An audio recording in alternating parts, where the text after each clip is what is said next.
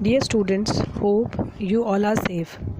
Today we are going to start our second chapter of history and its name is New Kings and Kingdoms. Please open your book to understand the chapter properly.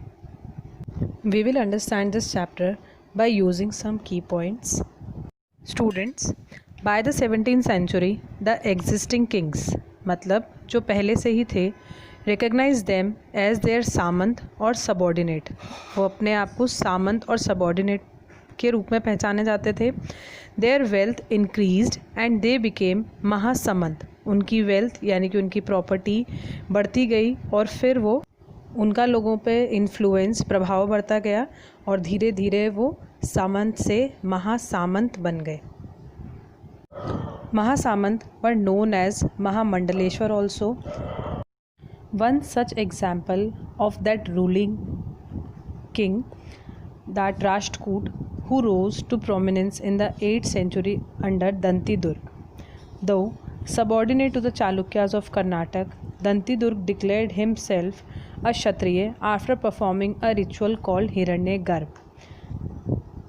Dantidurga ने खुद को एक क्षत्रिय राजा declare किया एक ritual करके जिसे हिरण्यगर्भ कहा जाता है. हिरण्यगर्भ द गोल्डन वॉर्म. It means daan. It is a ritual performed by a non kshatriya. Non kshatriya जो क्षत्रिय नहीं होते थे वो क्षत्रिय या राजा बनने के लिए is considered as a rebirth of the sacrificer as a क्षत्रिय.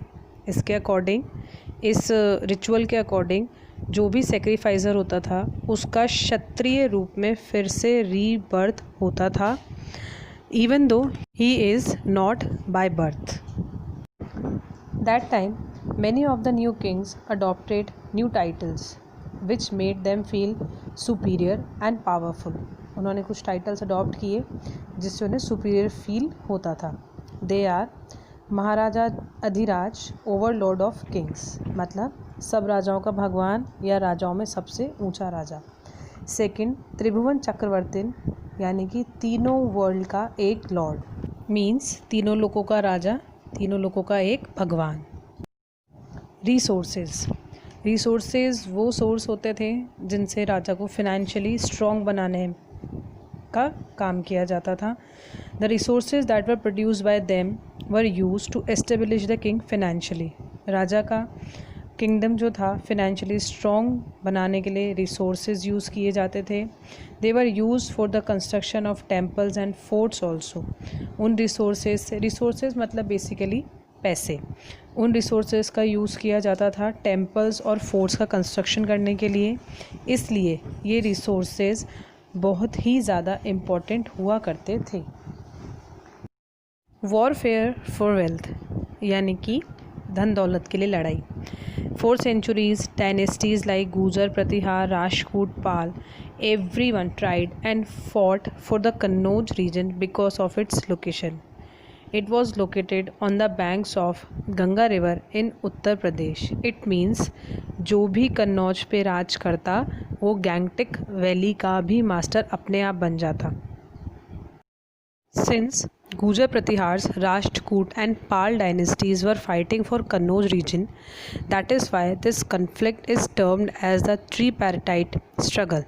क्योंकि गुजर प्रतिहार, राष्ट्रकूट और पाल तीनों कन्नौज रीजन को पाना चाहते थे, इसीलिए ये कन्फ्लिक्ट ट्रीपार्टाइट स्ट्रगल के नाम से जाना जाता है.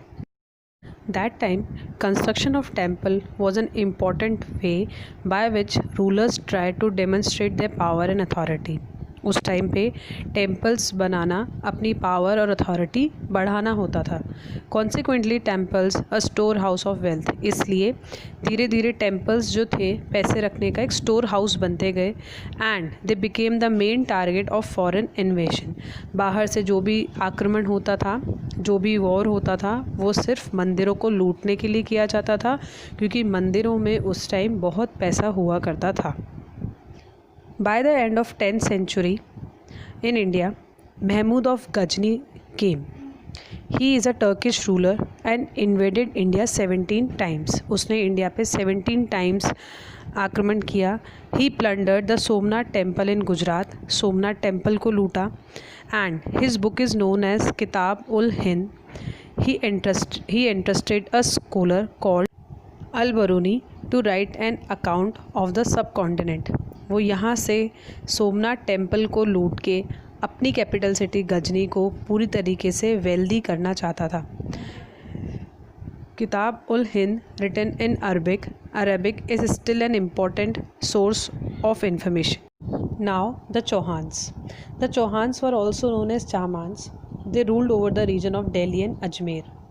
Their attempt to expand their territory in the west and the east was opposed by the Chalukyas of Gujarat. It means जब वो वेस्ट और ईस्ट में अपना राज्य बढ़ा रहे थे तब गुजरात के चालुक्याज ने उनको रोका था। Prithviraj Chauhan was the most famous ruler of Chauhans. He defeated Muhammad Ghori, who was an Afghan ruler, defeated in 1191, but at last he also got defeated in 1192. Dear students, we will complete this chapter in the next video. Till then, please read this chapter from your book on page number 10 and 11. Till then, stay safe. Thank you.